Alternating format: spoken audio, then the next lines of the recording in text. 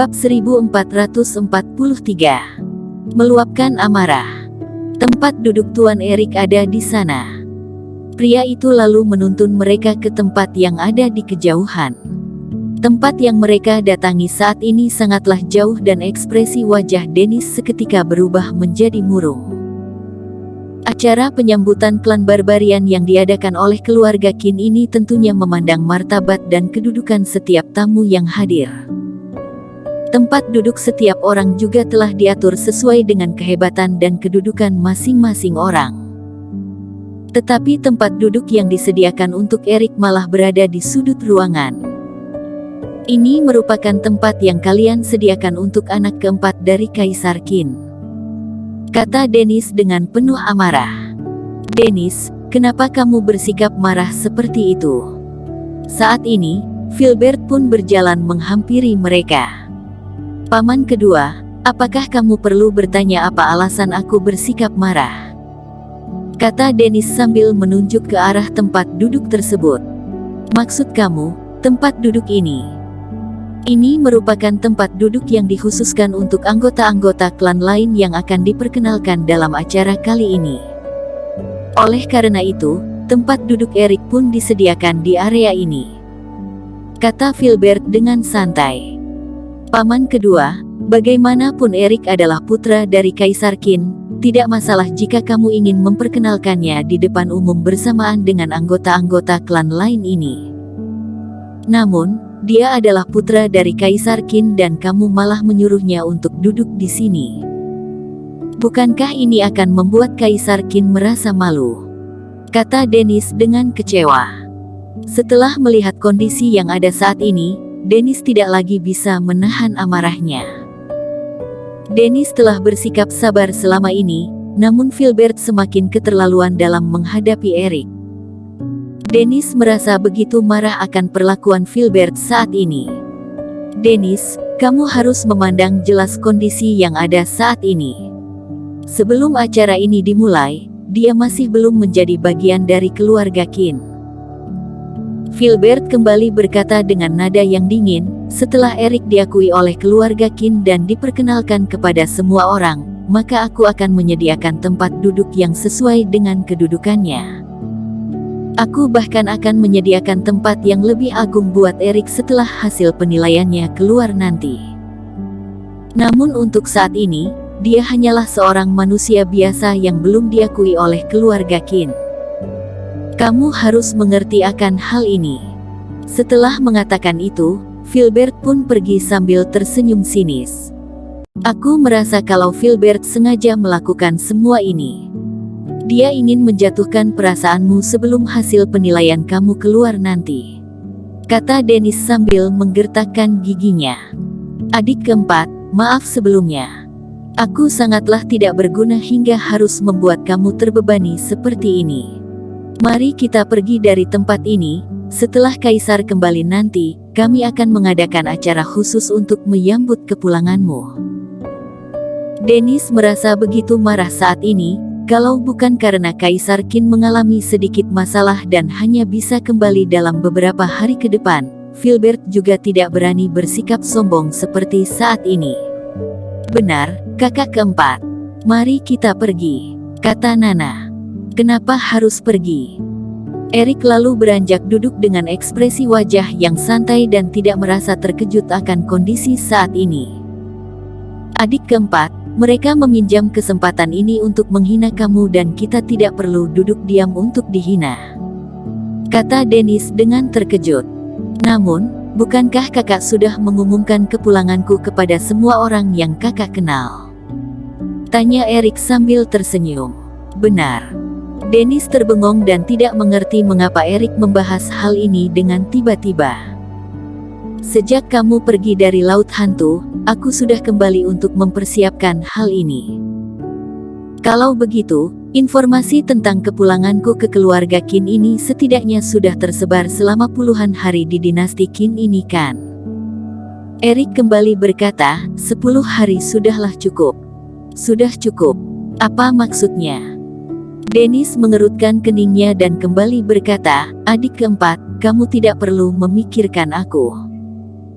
Meskipun kamu tidak hadir di tempat ini, orang-orang hanya akan mempermalukan aku dan tidak akan melibatkan kamu di dalam hal ini. Kakak, kenapa kamu harus mengotorkan nama baik kamu? Kalau kamu sudah mengumumkan hal itu, maka aku tetap akan hadir di acara ini. Bocah bernama Filbert itu ingin menghina aku. Mari kita lihat siapa yang akan dihina nanti. Erik lalu tersenyum misterius. Dennis memiliki kepribadian yang murah hati dan ia menggunakan kepribadiannya yang baik itu untuk melindungi dan menjaga adik-adiknya. Namun kepribadiannya yang baik itu hanya akan dianggap lemah oleh orang luar. Kali ini, Erik tidak akan membiarkan Dennis terbebani. Dia akan meluapkan semua perasaannya pada acara ini. Apa yang dimaksud oleh adik keempat? Dennis merasa begitu kebingungan setelah mendengar perkataan Erik. Namun berbeda dengan Nana yang langsung memiliki firasat adanya hal yang akan segera terjadi nanti. Saat ini, orang-orang yang masuk ke dalam tempat ini semakin banyak dan tempat itu juga semakin berisik. Tiba-tiba, terdengar sebuah suara langkah kaki yang sangat kuat dan setiap langkah kakinya membuat tanah bergetar. Tempat itu pun dilanda keheningan selama beberapa saat. Erik juga merasakan adanya aura yang sangat kuat. Oleh karena itu, dia pun menegakkan kepalanya. Dia menemukan adanya sebuah energi yang sangat kuat di luar istana dan bayangan tubuh seseorang pun mulai berjalan masuk ke dalam istana tersebut. Setelah itu, puluhan pria kekar yang memiliki tinggi badan di atas 3 meter pun mengikutinya dari belakang. Mereka semua memiliki aura dan energi yang sangat kuat. Mereka bahkan terlihat seperti tembok yang kuat jika berdiri berdekatan. Klan Barbarian Fairy, kata Dennis dengan serius setelah melihat sekelompok orang itu. Di dalam dinasti Qin terdapat begitu banyak jenis klan barbarian dan tentunya tidak semua klan barbarian itu bersikap damai antara satu dengan yang lain. Beberapa klan barbarian juga saling membenci. Namun hanya terdapat satu klan barbarian yang dikagumi dan dihormati oleh semua orang, yaitu klan Barbarian Fairy. Klan Barbarian Fairy merupakan klan barbarian terkuat di antara semua klan barbarian yang ada. Kemarin, Filbert sempat menemui klan Barbarian Blood dan gagal untuk berkomunikasi dengan mereka. Oleh karena itu, Filbert pun memilih untuk melaporkan hal ini kepada klan Barbarian Fairy. Dari informasi yang aku dapat, klan Barbarian Fairy ini sudah ada sejak zaman kuno. Namun keturunan yang tersisa hingga saat ini tidaklah banyak. Mereka terlahir di dunia ini dengan kondisi yang miskin, namun memiliki tenaga yang sangat kuat. Ketika berperang, mereka terlihat hampir sama dengan pejuang-pejuang pemurnian tubuh. Waktu itu, terjadilah perperangan yang besar di antara keluarga Qin dan klan Barbarian. Klan Barbarian Fairy merupakan klan barbarian yang paling sulit untuk dikalahkan dan perang besar itu terus berlanjut hingga ratusan kali. Pada perperangan Tang terakhir kali, pria yang merupakan pemimpin klan itu mendaratkan sebuah tinjuan pada dada kakek dan membuat kakek terluka parah selama ratusan tahun. Kata Nana dengan serius.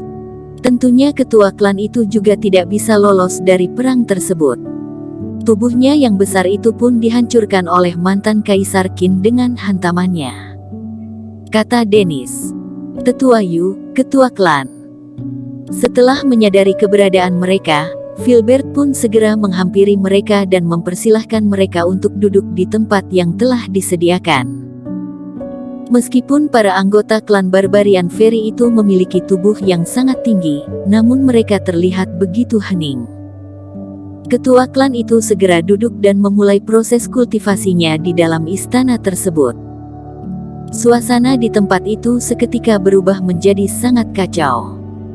Ketika acara hendak dimulai, seseorang kembali hadir dan kehadiran orang tersebut membuat suasana di tempat itu menjadi semakin hening. Orang itu adalah Raja Perang, Zheng Liang. Zheng lalu masuk bersama putrinya yang bernama Cindiana Liang itu. Suasana di tempat itu sangatlah hening dan semua orang pun mengarahkan tatapan mereka ke arah pintu. Itu adalah Cindiana yang merupakan wanita tercantik di dinasti ini. Cindiana hadir di tempat ini dengan mengenakan rok panjang berwarna ungu yang terlihat begitu elegan. Begitu banyak kultivator pria yang menarik nafas dalam ketika melihat penampilan serta aura dari wanita cantik itu.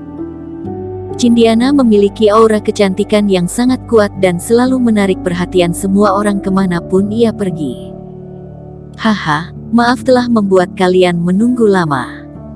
Zain berjalan masuk dengan perlahan dan energi dari tubuhnya terasa begitu kuat. Raja Perang. Para kultivator mulai menyapa Zain sambil tersenyum ramah. Beberapa kultivator yang lebih muda pun mendaratkan pandangan mereka ke arah Cindiana. Putri Cindiana, lama tidak bertemu. Beberapa keturunan keluarga besar pun datang untuk menyapa Cindiana. Bersambung.